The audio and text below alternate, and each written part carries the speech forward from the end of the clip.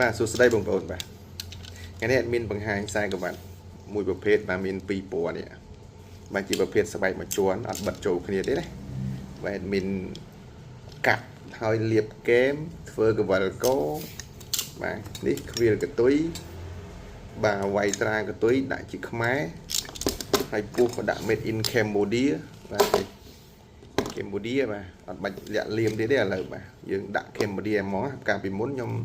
ធ្វើចូលផ្សារថៃយើងដាក់អ៊ីតាលី USA made in Thailand អីចឹងដែរបាទហើយបោះដុំតម្លៃ$15ឥឡូវនេះលក់ជូនទៅ9រៀលទេបាទ9រៀលទេជួបរបស់ពិតមកធ្វើ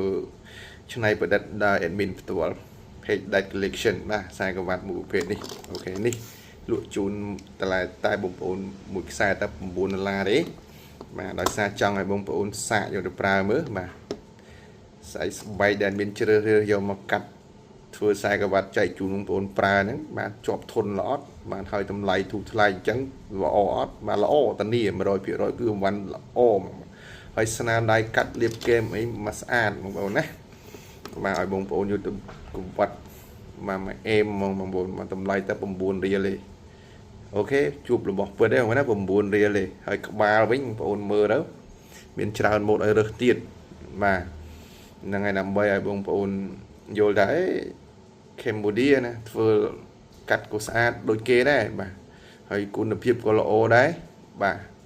អញ្ចឹងបងប្អូនបាច់បារម្ភពីរឿងគុណភាពទេហើយតម្លៃក៏ធូរដែរបាទអញ្ចឹងកុំភ្លេចជួយគាំទ្រណាគាំទ្របាទគ្នាយើងបាទអញ្ចឹងដោយបាទលក់តម្លៃគ្នាឯង9រៀលបាទនេះស្បែកវាស្អាតដល់បងប្អូនស្អាតមែនតើបាទហ្នឹងហើយអូខេបងប្អូនកុំភ្លេចជួយគាំទ្រស្នាដៃខ្ញុំបាទផងបាទ